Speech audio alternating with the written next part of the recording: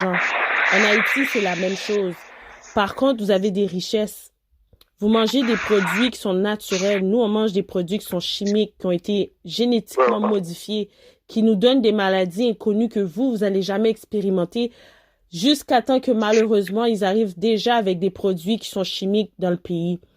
Donc, le mango que tu veux, là, manger, qui est frais, nous, on prend des mangos qui sortent du Mexique, du Guatemala ou de n'importe quel autre pays, et on a des mangos d'Haïti, oui, mais il y a tellement d'autres styles de mango en Haïti qui sont tellement bonnes que on peut pas toujours les amener ici à Montréal. Moi, j'aime le mango Baptiste. Mango Baptiste, c'est la vie, c'est amazing. It's like juicy, tasty, it's wow. Tu comprends? C'est pas facile à trouver ici, là. Tu comprends? Tu sais, comme, nous, on est ici puis on dit, waouh, si je m'en vais vivre en Haïti, je vais être bien. Et c'est vrai, on peut être super bien en Haïti. Par contre, la façon qu'on va vivre en Haïti va être différente que ceux qui vivent en Haïti s'ils n'ont pas de travail, ils n'ont pas de moyens ou quoi que ce soit. On est réaliste de ça. Par contre, il y a un avantage que vous voyez dans notre pays, puis nous, on a un avantage qu'on voit dans votre pays. Exemple, tout le monde qui est malade, 3/4 des gens qui sont malades, quand ils retournent à la source dans leur pays, ils mangent des produits naturels, boivent des thé-feuilles, ils sont bien là. Ils se rétablissent, ils reprennent leur métabolisme, leur peau revient normale, ils reprennent toute leur force, tout redevient au stade primaire. C'est la force que vous avez, les Haïtiens, en Haïti, que nous, on n'a pas au Canada. Nous, on prend le froid, on vit des saisons, on vit de racisme systémique, on vit de la discrimination matin, midi, soir, on vit de la violence indirecte, on subit beaucoup de choses qu'en Haïti, vous ne vivez pas comme nous. On ne l'a pas facile au travail non plus en tant que noir. En tant que noir, on doit souvent accepter, se rabaisser, baisser notre tête, tolérer des choses qui sont injustes, mais qu'il n'y a aucune justice pour nous à la fin. C'est pire aux États-Unis, mais au Canada, on le vit. C'est tous les enjeux que je dis qu'à l'extérieur, vous ne voyez pas, par faute de médias ou de messages qui a été véhiculé. Aussi, je sais comment c'est contrôlé aussi en Haïti, les informations. Ayant été moi-même, j'ai vu comment ils véhiculent du contenu à l'extérieur qui est pas qu'est-ce qui se passe vraiment dans le pays à 100%. Exemple, quand il y a eu la tempête, l'ouragan Dorian, ils nous disaient qu'en Haïti, c'est affecté de l'autre côté, bye. Qu'à un point, j'ai appelé ma mère puis j'ai dit à ma mère, c'est pas vrai. C'est faux. J'étais en Floride. Le soleil était là. C'était merveilleux. Ils ont fermé l'aéroport pendant 2-3 jours pour l'énorme pluie. Mais c'était caractère 2 ou 3, même pas, pour certaines régions. Fait que j'étais comme, c'est quoi qui radote dans les médias, là? Quand t'arrives à ces domaines, y a rien. T'arrives en Haïti, à peine qu'il y avait plu. Je me rappelle qu'il y avait plu un peu, mais pas un point que personne peut vivre puis marcher dans la rue, là. Tu te réveilles le matin, le soleil est là, à gogo. Fait beau, fait chaud, tout le monde bouge. La vie continue. Mais à l'extérieur, il dit, oh oui, Dorian a affecté certaines régions, nanana. Ça a affecté les Bahamas. C'est pourquoi que je parle de cela. C'est pour dire que le message qui est véhiculé à l'extérieur d'Haïti n'est pas à 100% la réalité, qu'est-ce qui se passe en Haïti. Donc, si vous... Et puis, une autre affaire, je vais expliquer. Quelqu'un qu'on va dire, toi, où ça que t'es à Delma, j'imagine Delma, Port-au-Prince, dans le secteur-là que tu es. Quelqu'un qui va être à Pétionville, quelqu'un qui est à La Boule, quelqu'un qui est à Kingscoff, quelqu'un qui est au Caille, au Cap, Jacmel. Il y a plein d'autres provinces en Haïti, au fait. Ils vont pas avoir la même information parce qu'il y en a beaucoup qui vont pas être affectés. Ça qu'arrive Delma 3, pas qu'à joindre Delma 33, on va dire. Delma, c'est une grande place. C'est comme exemple à Montréal, c'est Sainte-Catherine, ou le boulevard Henri Bourassa, ou le boulevard des Laurentides, exemple. Qu'est-ce qui peut arriver à Pont-Vieux? Ça veut pas dire que Auteuil va être affecté. Qu'est-ce qui arrive à Delma 1? Ça veut pas dire que ça va affecter Delma 33. C'est comme, j'ai compris la réalité de l'information qui est véhiculée. Quelqu'un va avoir le message plus tard ou plus tôt, tout dépendant qui connaît, puis dépendant où qui est situé. Il y a des gens qui en province qui pas compte ça qui a passé aéroport, tout ça, l'ouverture, là. Les aéroports fermés, ils pas connaît. Information par arriver jeune yo. Exactement. Mes problèmes en pile pays, je dis, vous comprenez? C'est pour ça que l'aime prend temps pour me faire épisode ça avec, c'est parce que son réalité que ou même ou vivent l'autre tremblement de terre, qui ont l'autre réalité pour l'autre qui était souterrain. Vous comprenez? Tu as été affecté de ce tremblement de terre-là quand même. Peut-être pas dans le même impact, le même périmètre de où ça plusieurs personnes ils sont malheureusement décédées, mais ton impact, ton histoire est réelle. Et elle a sa valeur, elle doit être écoutée, elle doit être transférée dans les l'ouïe de plusieurs personnes.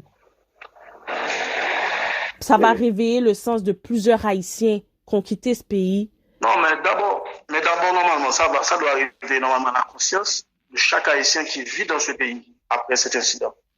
Parce que une fois que normalement ils ne prennent pas conscience par rapport avec ce qui s'est passé et de voir que normalement il y a des changements apportés dans leur vie, c'est comme si Bakal a toujours été vivant. Pas aucun bagage qui a changé. Parce que là que normalement on conscientise tout de façon à ce que vous sortiez tout dans le labyrinthe, vous supposez capable comme si prendre conscience pour avancer. Mais là que normalement vous étiez chita ou regardé ou pas faire aucun mouvement, c'est la même sujet à terre. Pas aucun bagage qu'on a fait. Oh, en tout cas, c'est quelque chose, hein. C'est vraiment quelque chose. Après, normalement, et je veux dire l'incident du 12 janvier 2010. Je me rappelle 2 ans après, et actuellement, il y avait normalement des jeunes, je peux dire, entre 15 et 16 ans. Après 2 ans, 3 ans, ouais, chaque jeune, ça avait un petit monde sous bras. Chaque jeune, ça avait un petit monde sous bras, c'est passé. Il y avait des camps de refuge, pendant que normalement, parents, peut-être, à chercher manger pour eux. Ils même pas prendre plaisir avec leurs petits jeunes.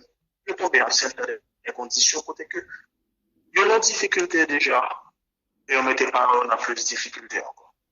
Donc, c'est comme si qu'on a un sens de conscience. Ils n'ont pas vraiment comprendre comme si paramètres que vous pour que vous font un effort pour que vous avancez. C'est ça le problème. C'est vraiment grave. Donc, ceci dit, pour clôturer notre partie ici avec toi, Stanley, s'il y aurait une épreuve qui se reproduirait encore de la sorte,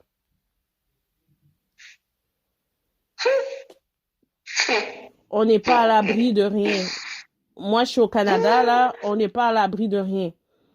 Si ça se reproduirait en Haïti, quel conseil que tu donnerais à n'importe qui prévoirait voyager en Haïti ou qui serait en Haïti de comment se comporter en tant que tel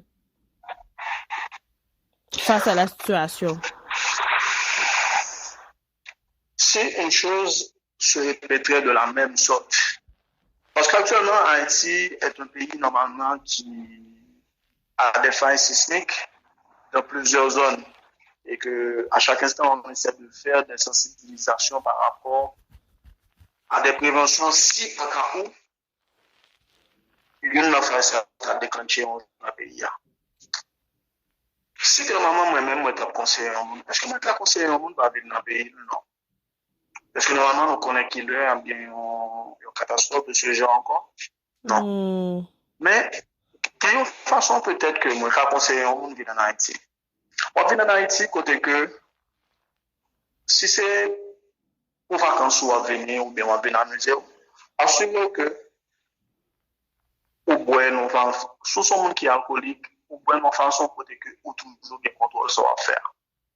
Si on son monde qui aime l'ambiance, je veux que normalement, on limite l'ambiance à faire. Mais si on venez pour en faire, je veux que normalement, ça que on va faire pour que on aille le plus rapide possible. Parce que, personne n'est à l'abri. On ignore normalement quand il y aura une catastrophe dans ce pays. C'est pas que m'a dit mon parmi. Mais par contre, ça que normalement moi-même moi pas prévoir et que normalement moi pensais que peut-être dirigeant pays m'a fait un jour, c'est gérer de façon à ce que les prochaines personnes qui ont qui ont tendance, ou du moins qui ont envie normalement de pouvoir séjourner dans ce pays, les abris normalement soient correctement sûrs, ou du moins sismiques, de façon à ce que si on cas comme si qui.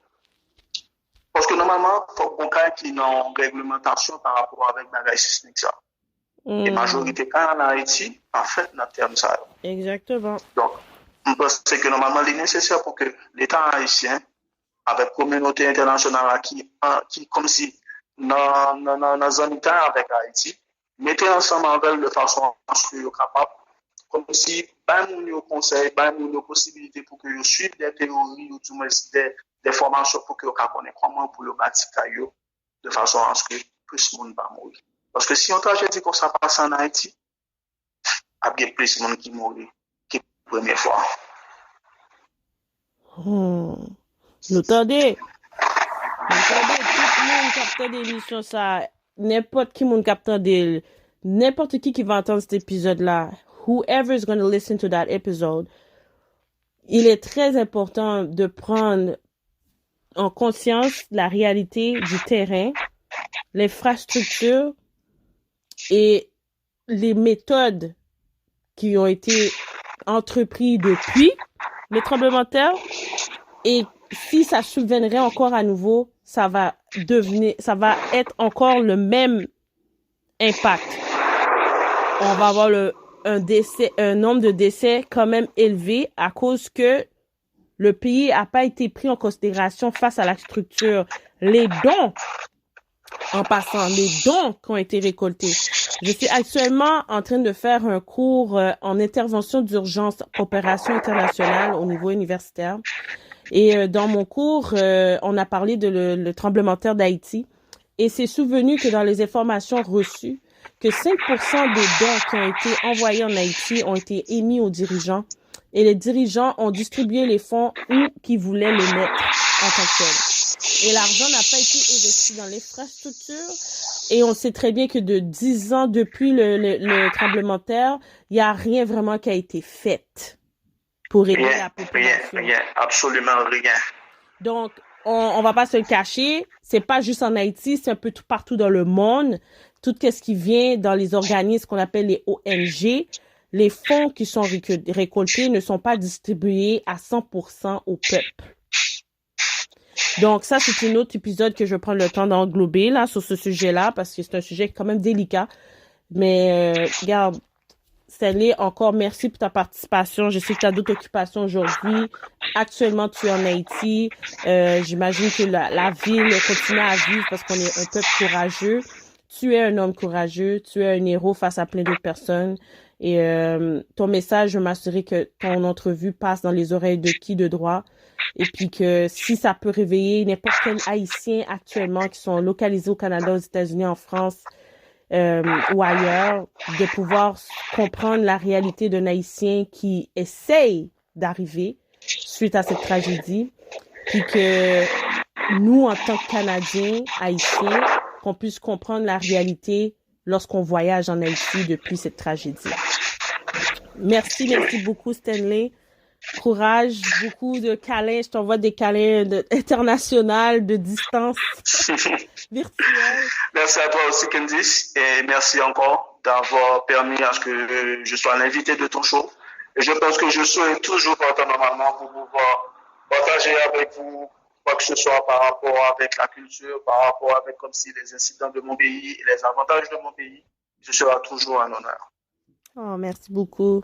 Donc, garde la tête haute et puis que Dieu te garde, te guide, te maintienne, toi et ta famille et tes proches. Donc, on aura le temps de se reparler. Donc, on va poursuivre sous peu ici. Merci pour votre écoute, toute l'auditoire. D'autres épisodes suivront avec plus de détails. Donc, c'était la fin de l'épisode ici sur le tremblement de terre du 12 janvier 2010. Actuellement, nous sommes le 12 janvier 2020. Merci à tous. Merci à toi. Candice.